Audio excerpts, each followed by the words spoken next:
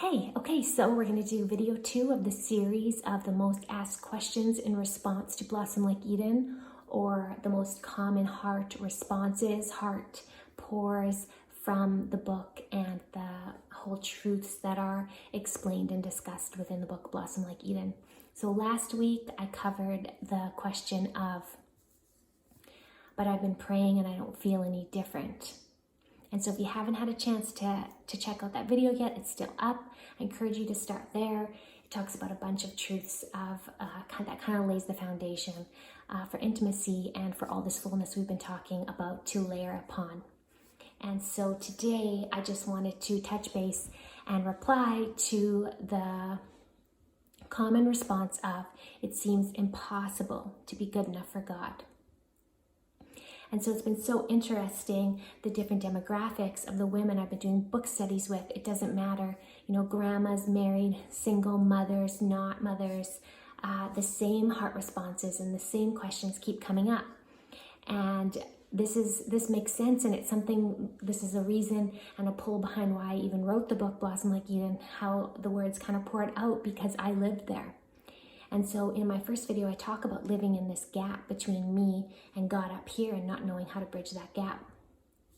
And so this is sort of fruit of that gap, this feeling like it's impossible to be good enough for God because it keeps us separated from God, and it puts blinders on us from understanding God's Father heart.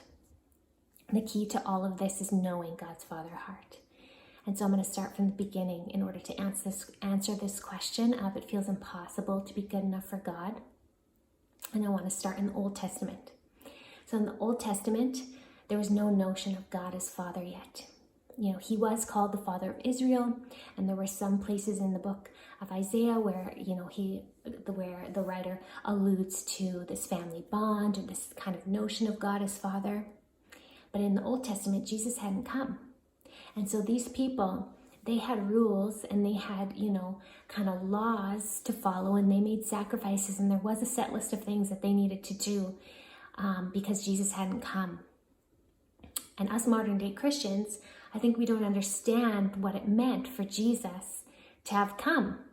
And this is why I get so excited about salvation and the mysteries of salvation. And so if anyone's talked to me before, I get so super excited about this. Because once I uncovered the mysteries of salvation, so much became clear to me. And so, yes, back in the Old Testament, there were regulations to follow, but then God sent Jesus.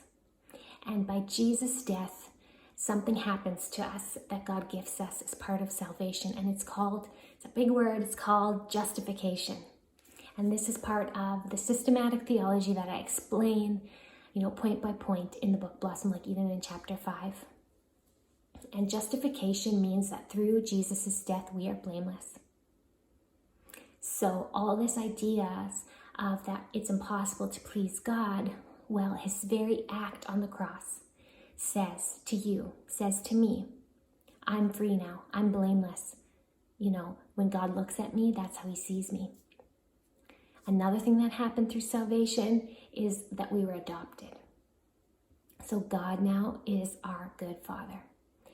And when you think of adoption, you think of being accepted into a family and having belonging, and that's what you and I have now. When we say yes to God through Jesus' death on the cross, all those old things of the Old Testament are gone now. There's a new covenant. We are adopted into God's family and fully justified, fully blameless. It's like when you think of a court, it's like all the record of our wrongs is gone. So we're walking around this earth and we are carrying this shame and condemnation of our sin and our hang-ups. And we look around and we think everyone else has it together but us. When we don't take time to say or think, God, Father, what do you see about me? What do you see in me? And what do you see when you look at me? And God's Father heart for us is that he sees us as pure and blameless. And he never shames us and he never condemns us. And so if there's a character trait or a sin we're working on, God will never say to you, you did that again. He always calls us up higher and raises us up and brings us into the authentic identity he knows that we're carrying, that we just need his help to partner with him and the Holy Spirit to work together to become more like him. And that's all he's requiring of us. He's just like, Stay in intimacy with me. I don't shame you. I don't condemn you. Partner with the Holy Spirit as I make you like me. And that's our good Father. And so I think some of this stuff of it feels impossible to please God is sort of also stems from different, like the way we've been raised. Oftentimes parents and, other people that are in charge of us, without realizing it, we sort of shame and condemn into better behavior. And we're not meaning to do anything negative, but it just causes us to look, at God through the same lens. But God is perfect and pure, and he does not hold shame or condemnation over us. And the writer, Paul, in the Bible, there's a place in the Bible, I should put the link up here. I'm forgetting the exact reference, but Paul says, "What are you doing? Why are you trying to become good on your own effort? Is what Jesus did in vain?" Like, Paul calls us out on it. He says it's mindless human reasoning that we're trying to become good by our own effort. And the verse in the Bible about the fruits of the Spirit, the things that we're craving to do and be seen as, it says the Holy Spirit produces these things in us. And then it lists the fruit of the Spirit. And so as humans, we think just by saying yes to God, all this fruit should be coming from us, because it says that the Holy Spirit, gives us that we as Christians should be having this fruit, when meanwhile the very beginning of the verse says the Holy Spirit produces this kind of fruit in you.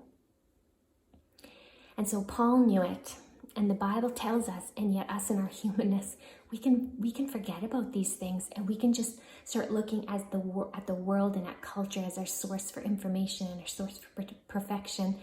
And it's just simply not true. We got to look to God our Father, and what did salvation say and do for us? So just a reminder, it seems impossible to be good enough for God. If that is what you're feeling deep down, I encourage you to look back and say, salvation means I'm justified, I'm blameless. When God looks at me, he doesn't see any of that anymore. I already have belonging because I've been adopted. I'm in his family. He's my good Father. I'm not going anywhere. He's keeping me here in his family. When he looks at me, he sees everything good about me, everything he knows that I'm rising up into. He never condemns me. And I'm partnering with the Holy Spirit in intimacy as he's changing me to become more like him every single day.